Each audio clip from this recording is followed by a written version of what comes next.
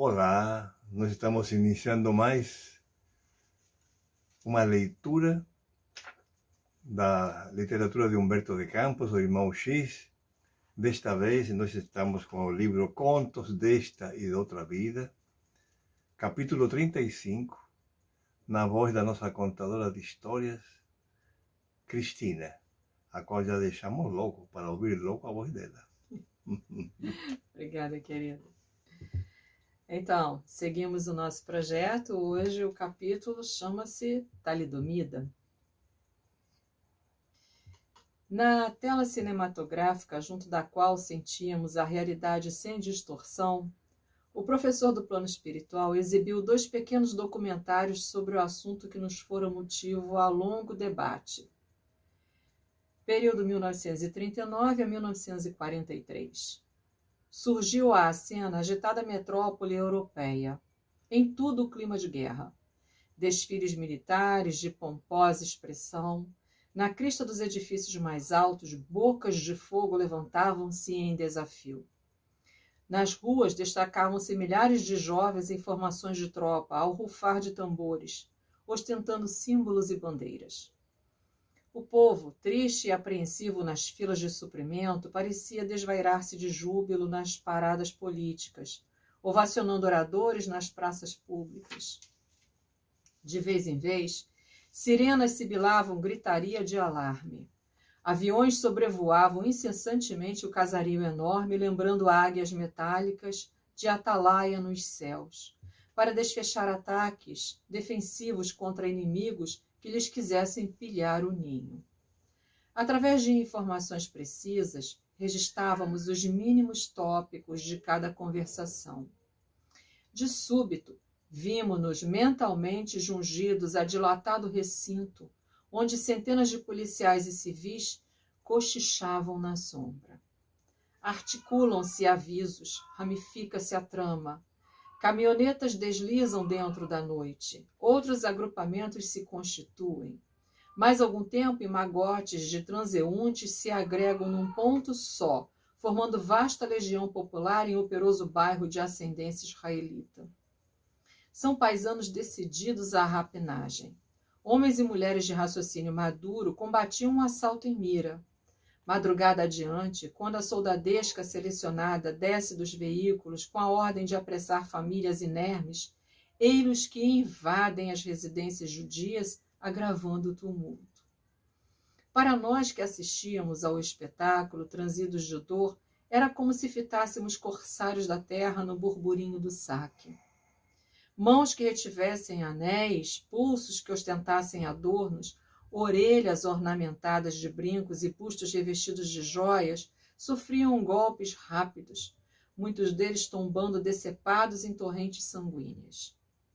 Alguém que aparecesse com bastante coragem de investir contra os malfeitores, cuja impunidade se garantia com a indiferença de quantos lhes compartilhavam a copiosa presa, caía para logo de pernas mutiladas, para que não avançassem em socorro das vítimas.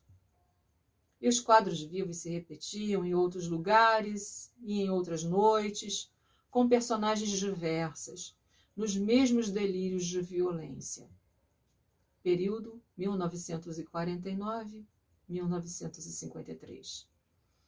A tela passa a mostrar escuro vale no espaço. Examinamos confrangidos milhares de seres humanos em condições deploráveis. Arrastam-se em desgoverno. Há quem chore a ausência dos braços, quem lastime a perda dos pés. Possível, no entanto, identificar muitos deles. São os mesmos infelizes de 1939 a 1943, participantes das empresas de furto e morte à margem da guerra. Desencarnados, supliciam-se no remorso que se lhes incrusta nas consciências.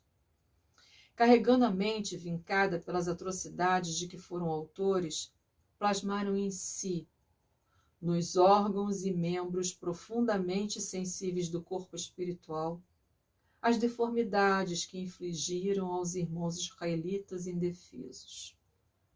Ainda assim, almas heróicas atravessam o nevoeiro e distribuem consolações. Para que se refaçam é preciso que reencarnem de novo, em breves períodos de imersão nos fluidos anestesiantes do plano físico. Necessário retomem a organização carnal, à maneira de doentes complicados que exigem regime carcerário para tratamento preciso. Ensinamentos prosseguem ao redor do filme. Sofrerão, sim, mais tarde, as provas regenerativas de que se revelam carecedores, mas, por enquanto, são albergados dos braços afetuosos de amigos que se prontificam a sustentá-los piedosamente, ou entregues a casais necessitados de filhinhos problemas, a fim de ressarcirem dívidas do pretérito. A maioria dos implicados renasce no país em que se verificou o assombroso delito, e muitos deles, em vários pontos outros do mundo, ressurgem alentados por famílias hospitaleiras ou endividadas, que os aconchegam para a benemerência do reajuste. Certamente, comentou um instrutor ao término da película, certamente que nem todos os casos de malformação congênita podem ser debitados à influência da talidomida sobre a vida fetal. Em todos os tempos, consoante os princípios de causa e efeito, despontam crianças desfiguradas nos berços terrestres. O estudo, porém, que realizamos pela imagem, esclarece com segurança o fenômeno das ocorrências de má formação que repontaram em massa entre os homens nos últimos tempos. Achávamos-nos suficientemente elucidados, no entanto, meu velho amigo Luiz Vilas indagou. Isso quer dizer, então, professor, que a talidomida foi aplicada de acordo com a lei da reencarnação? Bem, falou o mentor, retratando a benevolência no semblante calmo. A talidomida e a aprovação funcionaram em obediência à justiça, mas não será lícito esquecer que o lar e a ciência vigilante dos homens também funcionaram em obediência à misericórdia divina, que a tudo previu, a fim de que a administração daquele medicamento não ultrapassasse os limites justos. Compreenderam? Sim, recebêramos a chave para entender o assunto que envolvia a dolorosa disciplina expiatória. E à face da emoção que nos impunha silêncio, a lição foi encerrada. Essa é uma história muito forte sobre reencarnação, né, que traz o Humberto de Campos. O efeito da talidomida naquela época que foi administrada, né? Muito esclarecedor. Bastante. Que Jesus nos abençoe, então, com esse ensinamento. Que assim seja. Até a próxima.